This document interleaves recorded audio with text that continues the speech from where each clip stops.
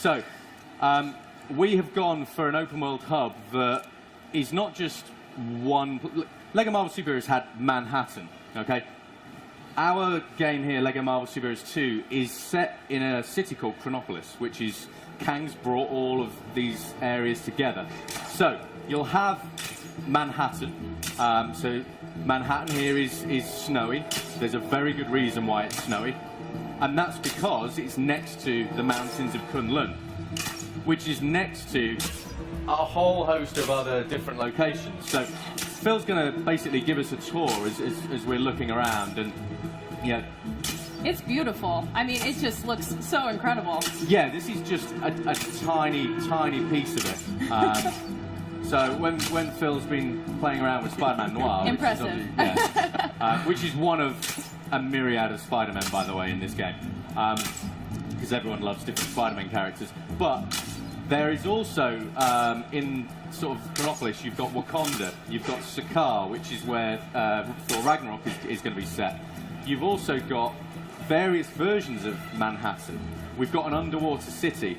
So I think what we can do is probably get Star-Lord to fly around. He might be a bit quicker the time. Yeah, and the new storyline takes inspiration from Marvel's Avengers Forever comic series, as well as Marvel's Kang Dynasty, also called Kang War comic series. So kind of talk a little bit about that.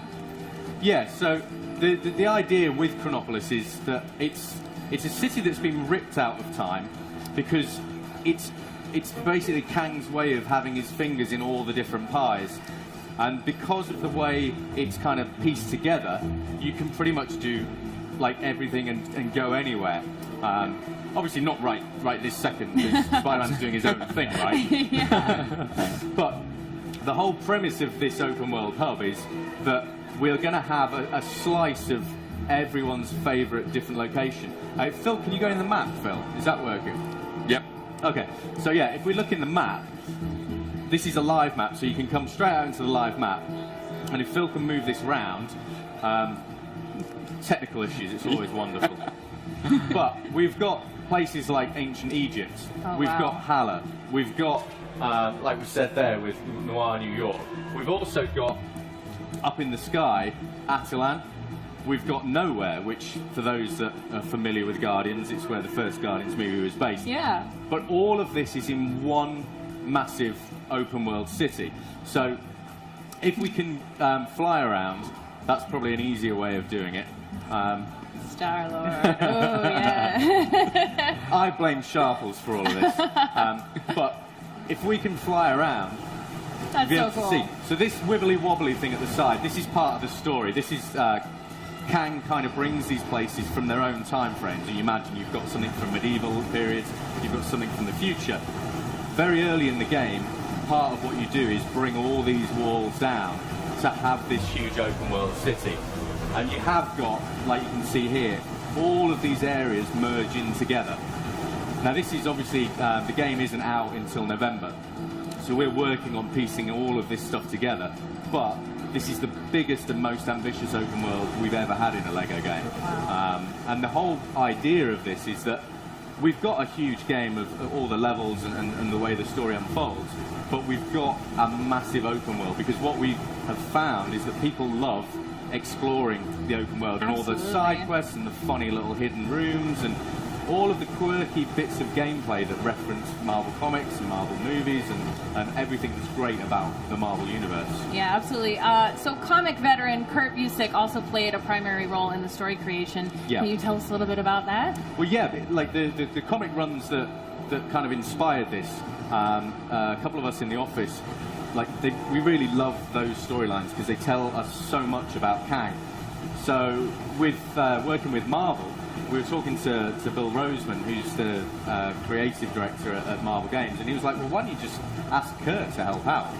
And it's like, oh yeah, why didn't we think about that? So yeah, we got in touch with Kurt. And Kurt this is great, I'm sorry. Yeah, exactly. A Lego Sphinx, that's amazing. But you can go inside these things. It's not, you know, like a dressing. You can go inside the Sphinx, so there'll be gameplay inside there. There'll be gameplay inside the pyramids. There'll be bizarre little Egyptian men walking around. The idea is that this is a living, breathing city made up of 20 cities. And the whole premise behind the game is to go bigger and better than Lego Marvel Superheroes. Wow. We want everyone that loved that game to, when they come to this game, be surprised. We want there to be surprises around every corner. So if I'm not mistaken, you guys actually have a new character to share with us, right? We do. Star-Lord's just going to have a little bit of a dance first, clearly. It's very fitting. Yeah, absolutely. And this is something that obviously we care about a lot at TT Games, is the personality. Absolutely. But yeah, if Phil can bring us in a quirky new character that's new to the game, and you'll see there's loads of hidden characters that are yet to be revealed.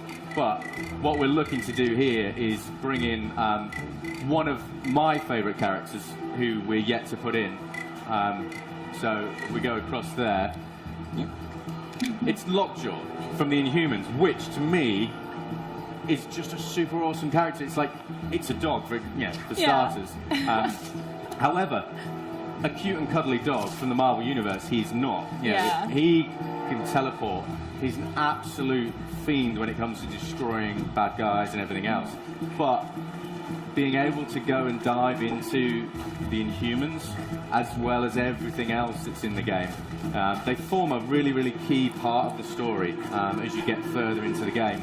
And yeah, it's a great character, and I think a lot of people will be really, really pleased to see Lockjaw in the game. I hope so, anyway. Absolutely. So we talked a little bit about how large of a scale this is for this game, but how does that compare to Manhattan from the original?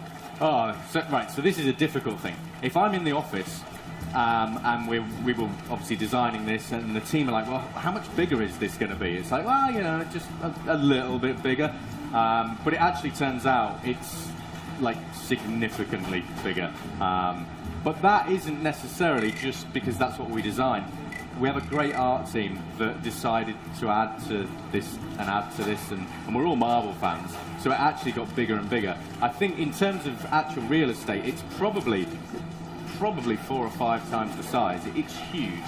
Wow. And this is just like one tiny component. We're still obviously working on all of this. But if Phil are you able to go up as Spider-Man? I don't know if you'd be able to go to up into the air. I can give it a try. As you go in every area, each area has its own theme. So as you go into the noir area, everything darkens down and all the colours kind of desaturate out.